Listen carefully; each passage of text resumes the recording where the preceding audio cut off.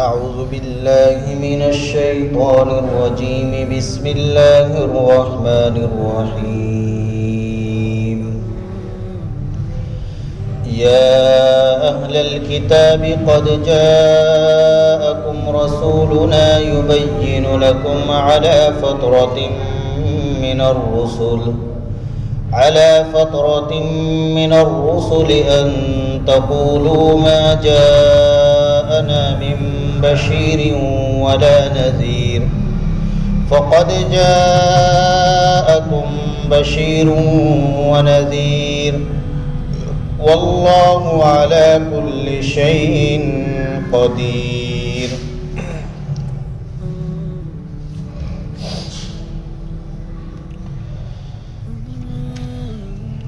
اس سے پہلے آیت شریفہ آئی ہے اور یہ بات آئی ہے کہ قرآن کریم اللہ تعالیٰ کی عظیم الشان کتاب ہے اور اس کتاب کے ذریعے اللہ تعالیٰ لوگوں کو ہدایت عطا فرماتے ہیں، لیکن کن لوگوں کو؟ ان لوگوں کو جو اللہ کی خوشنودی کے طالب ہوتے ہیں۔ قرآن کریم کے ذریعے ہدایت اور صحیح راہ انہی لوگوں کو ملتی ہے اور انہی لوگوں کو نصیب ہوتی ہے کہ جن کا مقصد زندگی صرف اللہ کی رضا اور اللہ کی خوشنودی، محض اللہ کو راضی کرنا زندگی کا مقصد ہے۔ ہر ایمان والے کا مقصد حیات اور زندگی کا مقصد ہونا بھی یہی چاہیے کہ بس ہماری زندگی کا مقصد صرف ایک ہے اور وہ ہے اپنے پروردگار کو راضی کرنا۔ جو آدمی اللہ کی رضا کا طالب ہوگا، اللہ تعالیٰ نے اس کے لیے 3 انعام بیان فرمائے۔ ایک انعام تو یہ بیان فرمایا کہ جو شخص ہماری رضا کا طالب ہوگا، ہماری خوشنودی کو چاہے گا، اپنے پروردگار کو راضی اور خوش کرنا چاہے گا، تو اللہ تعالیٰ اس کو قرآن کریم کے ذریعے ہدایت عطا فرمائیں گے، اللہ تعالیٰ اسے صحیح راہ عطا فرمائیں گے۔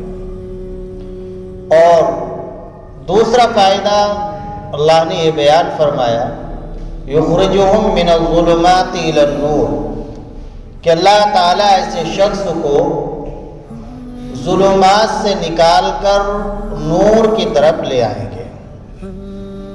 ظلمات سے کیا مراد ہے؟ ظلمات سے مراد ایک تو شرک ہے اور نور سے مراد ہے ایمان۔ اللہ تعالیٰ اس شخص کو جو اللہ کی رضا کا طالب ہوگا، اللہ کو راضی کرنا اپنی زندگی کا مقصد بنائے گا، تو اللہ تعالیٰ اس کو شرک سے محفوظ رکھے گا اور ایمان کو اللہ تعالیٰ اس کی رگ رگ کے اندر ایمان کا نور بھر دیں گے۔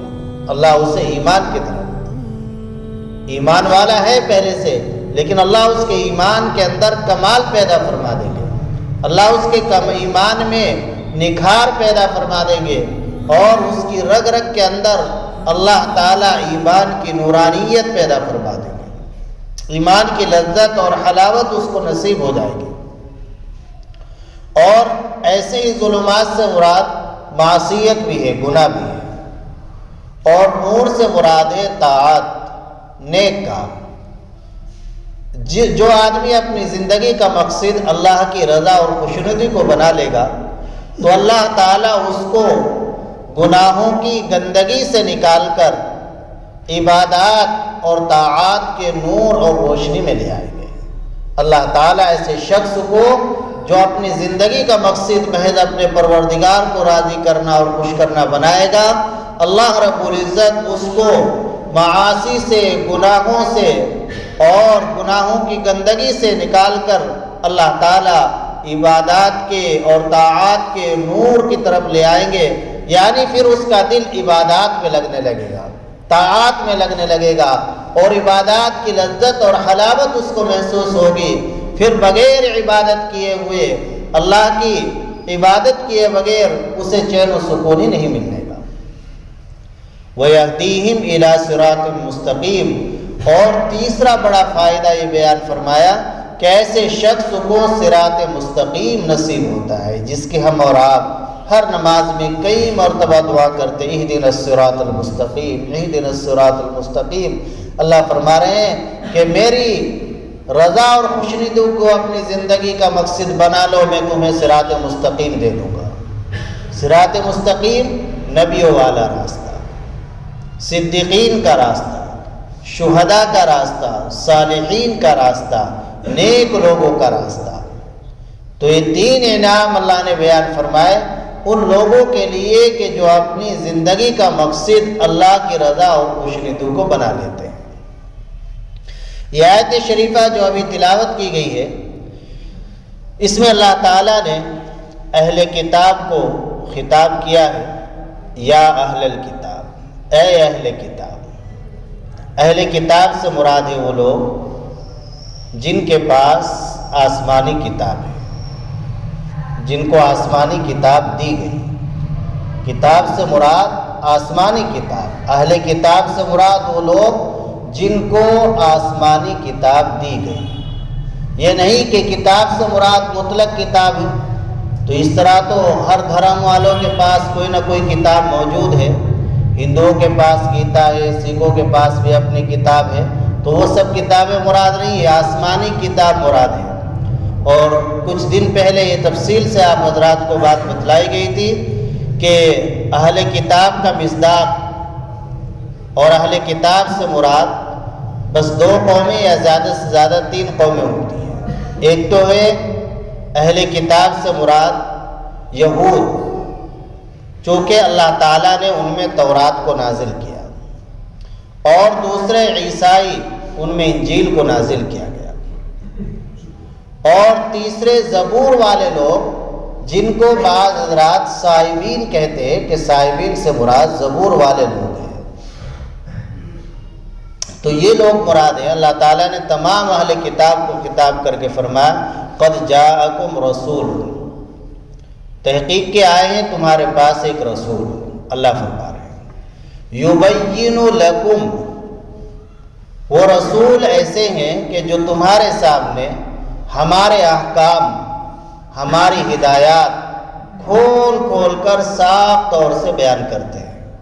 ان میں کوئی پیچیدگی نہیں ہوتی اور کوئی اس طرح کی بات نہیں ہوتی جو تمہاری سمجھ میں نہ آئے۔ یبین لکم، صاف صاف جیسے ان کو حکم کیا جاتا ہے اور جیسے ان کو وہ احکام اور وہ ہدایات وحی کے ذریعے پہنچائی جاتی ہے، تو ویسے ہی صاف صاف وہ تمہیں پہنچا دیتے ہیں، اپنی جانب سے ان میں کوئی کمی بیشی نہیں کرتے۔ یبین لکم، اور علی فترۃ من الرسل، وہ رسول بھی ایسے ہیں کہ جو رسولوں کا سلسلہ موقوف ہو جانے کے بعد تشریف لائے۔ فترت کہا جاتا ہے کسی سلسلے کا بند ہو جانا، موقوف ہو جانا، سست پڑ جانا۔ حضرات انبیاء اکرام علیہم الصلاۃ والسلام کثرت کے ساتھ اس دنیا میں تشریف لائے اور تشریف لاتے رہے۔ حضرت عبداللہ ابن عباس رضی اللہ تعالی عنہما کی روایت ہے کہ حضرت موسیٰ اور حضرت عیسیٰ علیہم السلام، ان دونوں پیغمبروں کے درمیان 1700 سال کا فاصلہ ہے۔ حضرت موسیٰ علیہ السلام اور حضرت عیسیٰ علیہ السلام کے درمیان 1700 سال کا فاصلہ ہے، اور اس 1700 سال کے عرصے میں تقریباً 1000 پیغمبر تشریف لائے۔ ان کے درمیان ان دونوں حضرات کے درمیان جو نبی تشریف لائے ہیں دنیا میں، جو پیغمبر آئے ہیں، ان کی تعداد تقریباً 1000 تک پہنچ جاتی ہے۔ حضرت عیسیٰ علیہ السلام اور نبی پاک صلی اللہ علیہ وسلم کے درمیان بعض روایات کے مطابق 500 سال کا اور بعض روایات کے مطابق 600 سال کا فاصلہ ہے، لیکن اس 500-600 سال کے عرصے میں درمیان میں کوئی پیغمبر تشریف نہیں لائے، درمیان میں کوئی پیغمبر تشریف نہیں لائے ہیں۔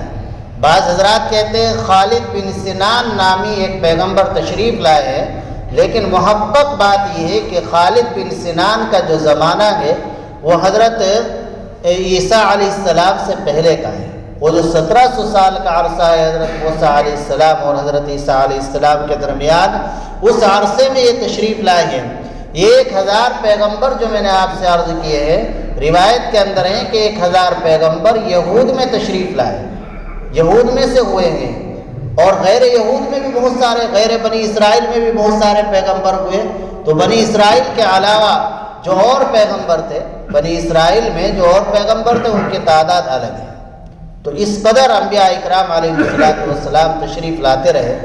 اب ایک سلسلہ، ایک چیز چلی آ رہی ہے کہ اللہ کے نبی آ رہے ہیں، اللہ کے پیغمبر آ جاتے ہیں، اللہ کی طرف سے پیغام پہنچاتے ہیں، ایک سلسلہ چلا آ رہا ہے، لیکن وہ سلسلہ آ کر بند ہو گیا، اور بند 1 2 10 20 سال نہیں، 100 سال نہیں، 200 سال نہیں، تقریباً 500-600 سال تک وہ سلسلہ موقوف رہا۔ لیکن اس عرصے میں کسی پیغمبر نے آ کر یہ بات نہیں کہی کہ میں آخری نبی ہوں، اور اللہ کی طرف سے کسی کتاب میں کوئی آیت، کوئی بات اس طرح کی نازل نہیں کی گئی کہ بس یہی آخری پیغمبر ہے، بلکہ تورات کے اندر، انجیل کے اندر آخری پیغمبر کے آنے کی خبر دی گئی، اور ان پیغمبر کے تمام اوصاف بیان کیے گئے، اور وہ جو اوصاف، جو صفتیں، جو حلیہ نبی پاک صلی اللہ علیہ وسلم کا اللہ تعالیٰ نے تورات میں اتارا تھا اور انجیل میں بیان کیا تھا، تو تورات اور انجیل والا حلیہ سب نبی پاک صلی اللہ علیہ وسلم کا تھا۔ تو وہی خبر دے دی تھی کہ آخری پیغمبر یہ ہوں، آخری نبی ہوں گے۔ لیکن آخری نبی اور ان سے پہلے جو نبی حضرت عیسیٰ علیہ السلام، ان کے درمیان تقریباً 500-600 سال کا فاصلہ ہے۔ تو اسی زمانے کو قرآن فترت کہہ رہا ہے، یہ فترت کا زمانہ ہے۔ اس میں جو پیغمبروں کی آمد کا ایک سلسلہ تھا، وہ سلسلہ موقوف رہا ہے نبی پاک صلی اللہ علیہ وسلم نے۔ لیکن آپ علیہ السلام اور حضرت عیسیٰ علیہ السلام کے درمیان کوئی نبی نہیں ہے۔ حضرت موسیٰ علیہ السلام اور حضرت عیسیٰ علیہ السلام کے درمیان تو ہزاروں نبی ہیں، لیکن حضرت عیسیٰ علیہ السلام اور نبی پاک صلی اللہ علیہ وسلم کے درمیان کوئی نبی نہیں ہے۔ آپ نے خود ارشاد فرمایا، انا اولا بعیسیٰ، میں عیسیٰ علیہ السلام کے بہت زیادہ قریب ہوں، اور اس قریب ہونے کی وضاحت خود آپ نے فرمائی، لیس بیننا نبی، ہمارے درمیان کوئی نبی نہیں ہے۔ حضرت عیسیٰ علیہ السلام اور نبی پاک صلی اللہ علیہ وسلم کے درمیان کوئی نبی نہیں ہے۔ تو خیر 500-600 سال کا عرصہ گزر گیا، کوئی نبی تشریف نہیں لائے، اور ایک سلسلہ جو چلا آ رہا تھا وہ سلسلہ بند سا ہو گیا۔ تو اس کے بعد نبی پاک صلی اللہ علیہ وسلم کی تشریف آوری ہوتی ہے، تو ظاہر سی بات ہے ایک بڑے عظیم نعمت، اس نعمت کو تو نعمت کبریٰ سمجھو، اور اس نعمت کو ایک عظیم تصور سمجھ کر، اس نعمت کو ایک عظیم نعمت سمجھ کر اس نعمت کی قدر کرو۔ علی فترۃ من الرسول، رسولوں کا سلسلہ موقوف ہو جانے کے بعد تمہارے پاس ایک ایسے پیغمبر، ایک نبی ہم نے بھیجے ہیں کہ جو پیغمبر ہمارے احکام تمہارے سامنے کھول کر بیان کرتے ہیں۔ ان تقولوا ما جاءنا من بشیر ولا نذیر، اور یہ پیغمبر اور نبی ہم نے تمہارے پاس اس لیے بھیجے ہیں کہ تم کل قیامت کے دن یہ نہ کہنے لگو کہ ہمارے پاس کوئی بشیر اور نذیر نہیں آیا، کوئی خوشخبری سنانے والا جنت کی اور جنت کے اعمال، جنت کے کاموں پر ہمیں ابھارنے والا اور اس کی ترغیب دینے والا ہمارے پاس کوئی نہیں آیا تھا، اور کوئی ڈرانے والا محبت و شفقت کے ساتھ اور جہنم کے عذاب سے، اللہ کے عذاب سے ڈرانے والا ہمیں کوئی نہیں آیا ہے، تو تم کل قیامت کے دن یہ نہ کہہ سکو، اس لیے ہم نے تمہارے پاس پیغمبر کو بھیج دیا، نبی کو بھیج دیا۔ ان تقولوا ما جاءنا من بشیر ولا نذیر قد جاءکم بشیر ونذیر، فقد جاءکم بشیر ونذیر، تمہارے پاس خوشخبری سنانے والے آ گئے اور ڈرانے والے آ گئے۔ خوشخبری سنانے والے کس بات کی؟ جنت کی خوشخبری سنانے والے آ گئے، اور ڈرانے والے کس بات سے؟ جہنم کے عذاب سے ڈرانے والے تمہارے پاس آ گئے۔ اب یہاں ایک سوال یہ ہو سکتا ہے کہ بنی اسرائیل جو تھے اہل کتاب، یہود کے پاس تورات موجود تھی، انجیل، اور عیسائیوں کے پاس انجیل موجود تھی، تو گرچہ ان کے پیغمبر جا چکے تھے، حضرت موسیٰ علیہ السلام کو ہزاروں سال ہو گئے تھے، حضرت عیسیٰ علیہ السلام کو بھی 500 سال کا عرصہ ہو گیا تھا تشریف لے جائے ہوئے، لیکن ان کے پاس کتابیں تو موجود تھیں اور علماء بھی بتلانے والے موجود تھے۔ تو جب کتابیں موجود تھی اور علماء موجود تھے تو پھر ان کا یہ عذر کیسے چل سکتا تھا، اور یہ عذر سننے کے قابل کیوں کر ہو سکتا ہے کہ ہمارے پاس کوئی ڈرانے والا اور کوئی خوشخبری سنانے والا نہیں ہو، تو کتاب موجود ہے ان کے پاس، پھر قرآن جو یہ کہہ رہا ہے اس کا کیا مطلب ہے؟ تو علماء نے، مفسرین نے اس کا جواب سمجھایا ہے کہ اصل میں نبی پاک صلی اللہ علیہ وسلم اور حضرت عیسیٰ علیہ السلام کے درمیان تقریباً 600 سال کا عرصہ گزر گیا تھا، تو اس عرصے میں نبی پاک صلی اللہ علیہ وسلم کی تشریف آوری سے پہلے تورات اور انجیل کے اندر تحریفات کر دی گئی تھی، پوری تبدیل کر دی گئی تھی، قصے کہانیوں کی کتاب بنا دی گئی تھی۔ اصلی صورت جو کتاب کی تھی تورات اور انجیل کی، وہ باقی نہیں رہی تھی۔ کوئی ایک آدھ نسخہ کہیں موجود ہو، علامہ ابن تیمیہ وغیرہ کی رائے یہ ہے کہ کہیں کوئی نسخہ موجود تھا، لیکن عام جو تورات چل رہی تھی اور عام جو انجیل چل رہی تھی وہ تحریف شدہ تھی، اس میں چینجنگ کر دی گئی تھی، تبدیلی کر دی گئی تھی، اور اپنی طرف سے اس وقت کے علماء سو نے چیزیں بڑھا دی تھی اپنے مقصد کی، اپنے مفاد کی، اور نبی پاک صلی اللہ علیہ وسلم سے متعلق جو باتیں تھیں ان کو چھپا لیا تھا، ان کو ختم کر دیا تھا۔ اور یہ جو کہا گیا ہے کہ کوئی یہ نہ کہہ سکے کہ ہمارے پاس کوئی ڈرانے والا اور کوئی بتانے والا، اللہ کے احکام سنانے والا نہیں آیا، اصل میں بات یہ ہے کہ توحید کا ماننا تو اگر کوئی پیغمبر نہ بھی آئے جب بھی ضروری ہے، اللہ کو ایک ماننا۔ اگر کوئی علاقہ ایسا ہے وہاں کوئی پیغمبر نہیں پہنچا، کوئی نبی نہیں پہنچا، نبی کی بات نہیں پہنچی، تو وہ نماز روزے کے بارے میں تو ان کی معافی ہو سکتی ہے، ہو جائے گی، لیکن اللہ کو ایک ماننے کے بارے میں ان کی معافی نہیں ہوگی۔ اللہ کو ایک ماننا، یہ اللہ نے انسان کو عقل دی ہے، اپنے عقل کے ذریعے اللہ کو ایک پہچانا۔ انسان اس زمین و آسمان کو دیکھے، اس کے نظام کو دیکھے، یہ تمام نظام، زمین، آسمان، پہاڑ، درخت، یہ ہوائیں، یہ بارشیں، یہ سب چیزیں دلالت کرتی ہیں اس بات پر کہ اس کائنات کو، اس نظام کو بنانے والا اور چلانے والا کوئی ہے، اور وہ ایک ہی۔ ایک دیہاتی آدمی، بدو آدمی کہتا ہے البعرۃ تدل علی البعیر، آدمی مینگنی کو دیکھ کر پہچان لیتا ہے یہاں سے کوئی اونٹ گزرا ہے یا بکری گزری ہے، تو یہ پوری کائنات اس بات پر کیوں نہیں دلالت کرے گی کہ اس کا بنانے والا ایک ہے، اللہ ہے۔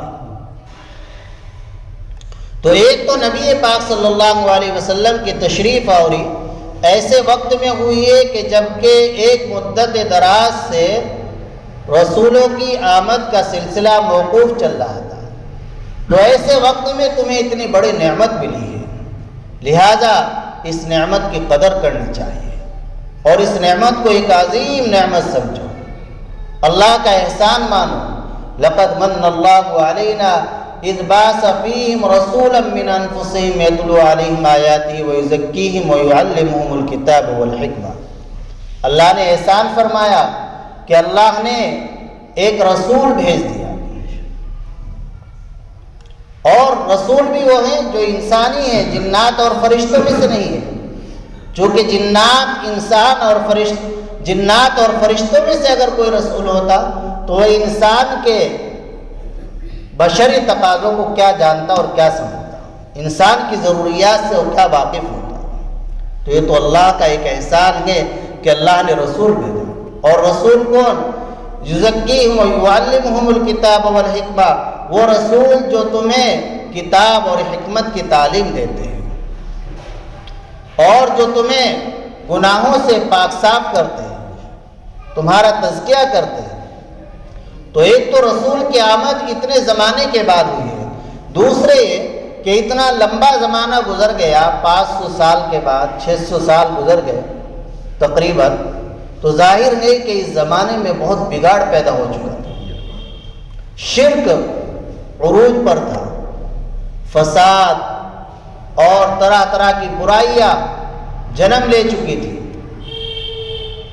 تو ایسے وقت میں نبی پاک صلی اللہ علیہ وسلم کا تشریف لانا اور پھر آپ علیہ السلام کا ایک تھوڑی سی مدت میں نہ کہ صرف علاج کرنا بلکہ ان کو علاج کرنے والا بنا دینا، یہ آپ علیہ السلام کا ایک بڑا معجزہ ہے۔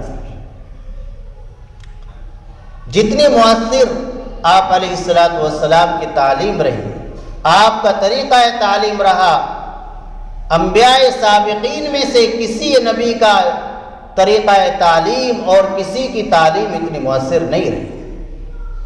آپ دیکھ لیجئے اتنا لمبا عرصہ گزرا، کس قدر برائی ہے رگوں میں سرایت کر چکی ہوگی، لیکن نبی پاک صلی اللہ علیہ وسلم نے کیسی تعلیم فرمائی، کیسی تربیت فرمائی کہ شرک سے نہ کہ صرف ان کے دلوں میں نفرت ڈالی بلکہ ان کو ایسا بنا دیا کہ وہ دوسروں کو بھی شرک سے روکنے والے بن گئے، اور ایسے بن گئے کہ اس کام کے لیے اپنی جان، مال، اولاد سب کچھ قربان کرنے کے لیے تیار، ایسے بن گئے۔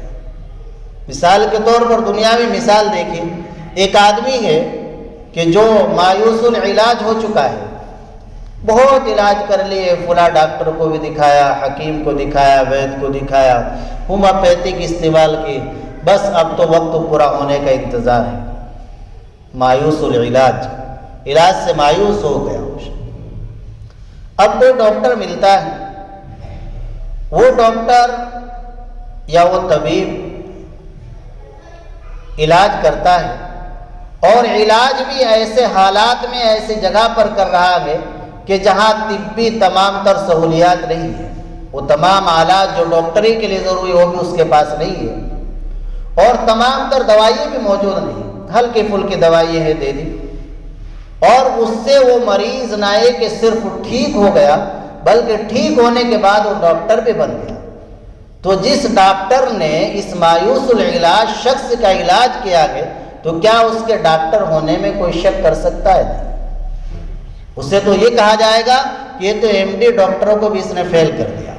اس لیے ایک ایسے شخص کو جو اپنے علاج سے مایوس اور نا امید ہو گیا تھا، نہ کہ صرف اس کو ٹھیک کیا ہے بلکہ اس کو ڈاکٹر تک بنا دیا، تو نبی پاک صلی اللہ علیہ وسلم نے بھی حضرات صحابہ اکرام رضی اللہ عنہم کے دلوں سے نہ کہ صرف کفر و شرک کو نکالا بلکہ ان کو بھی طبیب روحانی بنا دیا کہ وہ بھی دوسروں کے دلوں سے شرک و کفر کو نکالنے والے بن گئے اور ایمان بھرنے والے بن گئے۔ تو یہ نبی پاک صلی اللہ علیہ وسلم کی تعلیمات ہے، اسی کو اس آیت شریفہ میں بیان کیا، اور آخر میں فرمایا واللہ علی کل شیء قدیر، کہ اللہ تعالی ہر چیز پر قادر ہے۔ اللہ تعالی اپنی حکمت اور اپنی مصلحت کے مطابق جب چاہے رسولوں کا سلسلہ موقوف فرما دے اور جب چاہے رسولوں کا سلسلہ جاری فرما دے۔ پہلے اللہ تعالیٰ اتنے رسولوں کو بھیجتے رہے اور پھر تقریباً 500-600 سال تک کسی کو رسول بنا کر نہیں بھیجا، تو اللہ مالک ہے، اللہ قادر ہے، ہر چیز پر قدرت ہے۔ اپنی حکمت کے مطابق اللہ تعالیٰ جب چاہتے ہیں جو سلسلہ بند فرما دیتے ہیں، اللہ کو کوئی پوچھنے والا نہیں، اور جو چاہتے ہیں اللہ تعالیٰ جاری فرما دیتے ہیں، اللہ کی بڑی قدرت ہے۔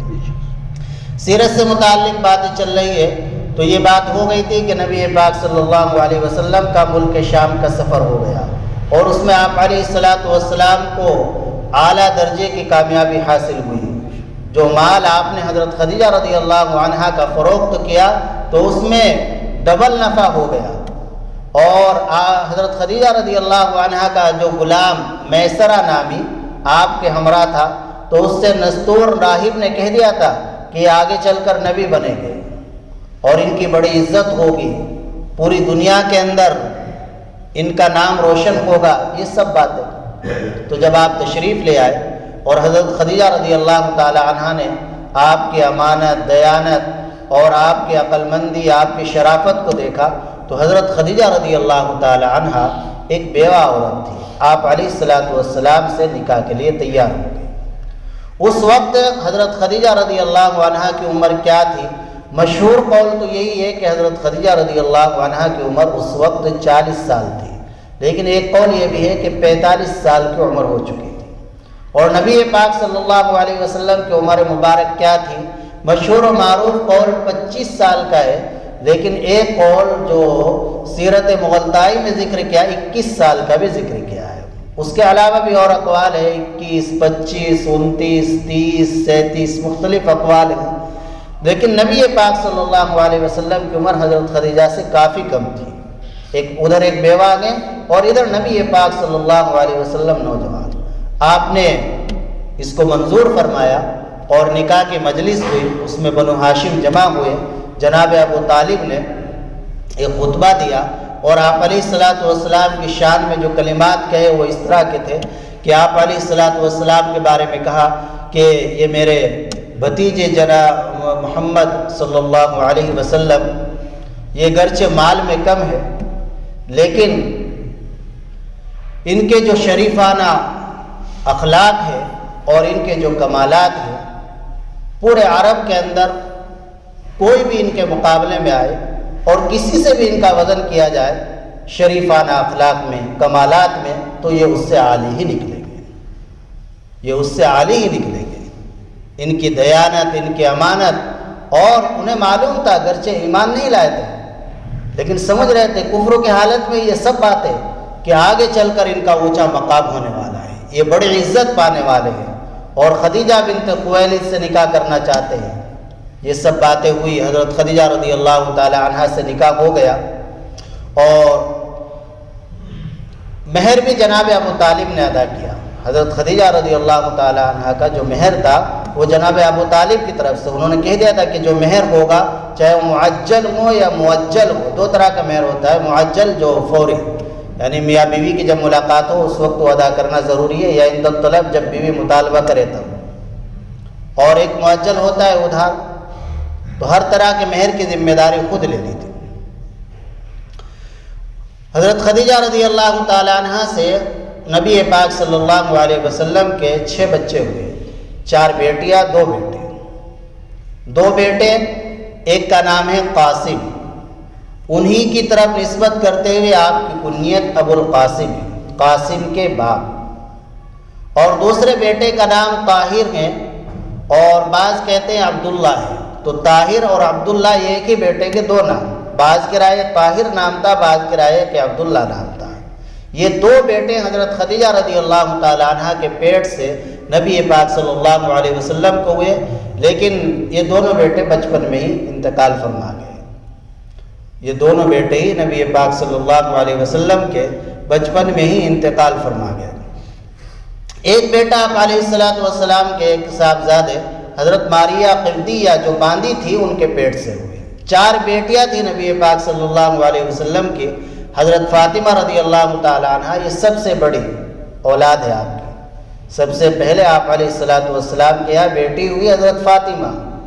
ہمارے ہاں اگر بیٹی ہو گئی لڑکی پر یا بہو پر تو بیچاری اپنے آپ کو بڑی کمتر محسوس کرتی ہے، اور سسرال معاشرے میں تو بس اس کو جینا حرام ہو جاتا ہے۔ اللہ معاف کرے، ایسا ہمارا معاشرہ بنا ہوا ہے، ساس بھی تانے دے گی اور نندے تو پتہ نہیں کیا کیا کہے گی، اللہ معاف کرے۔ اس طرح کے واقعات سننے میں بہت آتے ہیں، بے شمار واقعات اس طرح کا، اتنا جاہلانہ ہمارا معاشرہ، جبکہ حدیث شریف کے اندر تو یہ جس عورت کا ولادت کا مرحلہ لڑکی سے ہو شروعات، پہلا بچہ جس کے یہاں لڑکی ہو تو مبارک عورت ہے، وہ مبارک عورت ہے۔ نبی پاک صلی اللہ علیہ وسلم کے یہاں پہلے بیٹی ہوئی، تو ان سب چیزوں کو ختم کرنے کی ضرورت ہے۔ ختم کب ہوگی، کیسے ہوگی؟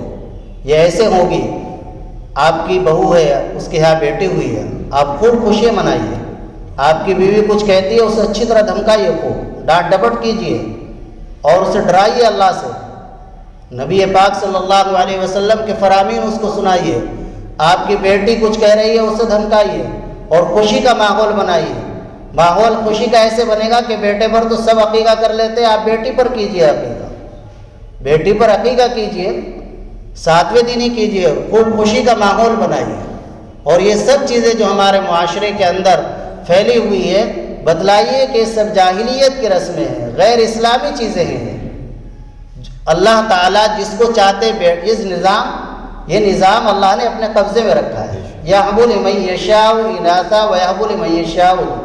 اللہ جسے چاہتے ہیں لڑکے عطا فرماتے ہیں اور جسے چاہتے اللہ تعالیٰ لڑکے عطا فرماتے ہیں. وَيُزَوِّجُهُمْ ذُكْرَانًا وَإِنَاثًا. جسے چاہتے اللہ تعالیٰ مذکر مؤنث لڑکے لڑکیاں دونوں دے دیتے ہیں. وَيَجْعَلُ مَن يَشَاءُ عَقِيمًا. جسے اللہ چاہتے ہیں باج بنا دیتے ہیں. تو یہ نظام تو اللہ نے اپنے قبضے میں رکھا ہے. نہ کسی کی طاقت سے اس کا تعلق ہے، نہ کسی کے مال سے اس کا تعلق ہے. اگر طاقت اور مال سے اس کا تعلق ہوتا تو تمام طاقتوروں کا اور تمام مالداروں کا لڑکی ہوا کرتے، لیکن ایسا نہیں ہے. نبی پاک صلی اللہ علیہ وسلم سے بڑا طاقتور کوئی نہیں ہو سکتا. کون ہوگا؟ آپ کو اللہ نے 40 جنتی مردوں کی طاقت دی تھی، اور ایک جنتی مردوں میں 100 مردوں کے برابر طاقت ہوتی ہے، تو 4000 مردوں کے برابر آپ میں طاقت دی. اولاد کا حصول چاہے وہ لڑکا ہو یا لڑکی ہو محض اللہ کے فضل سے ہوتا ہے. تو ہمارے نبی پاک صلی اللہ علیہ وسلم کی 4 صاحبزادیاں ہیں. نمبر 1 حضرت فاطمہ رضی اللہ تعالیٰ عنہ، نمبر 2 حضرت زینب، نمبر 3 حضرت رقیہ، نمبر 4 حضرت ام کلثوم رضی اللہ. ان کے نکاح کن سے ہوئے انشاءاللہ یہ سب اگلے ہفتے ان کی تفصیل بتلائی جائے گی. اللہ عمل کی توفیق عطا فرمائے.